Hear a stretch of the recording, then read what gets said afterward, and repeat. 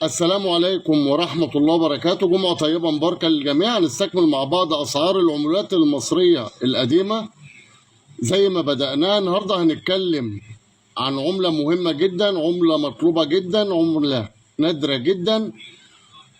تم إصدار منها عملتين سنة 1975، إحداهم وجه النسر والأخرى هو يوم المرأة. يوم المرأة ده موجود جدا، عملة تذكارية جميلة بس موجودة متوفرة مع كل الناس. لكن العملة التانية أو الوجه الآخر هو وجه النسر، وده اللي قليل جدا.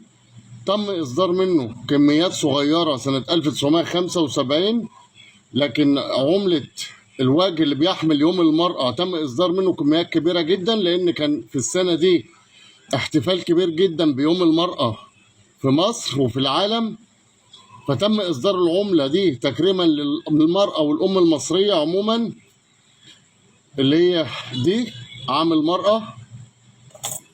دي العملة اللي بتحمل وجه النسر. العملة دي بتعمل من 15 ل20 ألف جنيه، بتحمل وجه النسر في أحد وجوهها، والوجه الآخر 5 مليم. إصدار سنة 1975، وبكرر إصدار سنة 1975.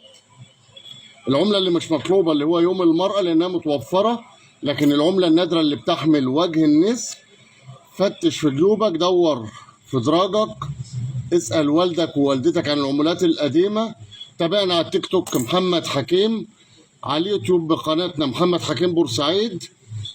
لو مش عارف توصل اعمل بحث على اليوتيوب واكتب قناة محمد حكيم بورسعيد، هتظهر قدامك. اشترك وتابع كل جديد، واشوفكم على خير وجمعة طيبة مباركة للجميع.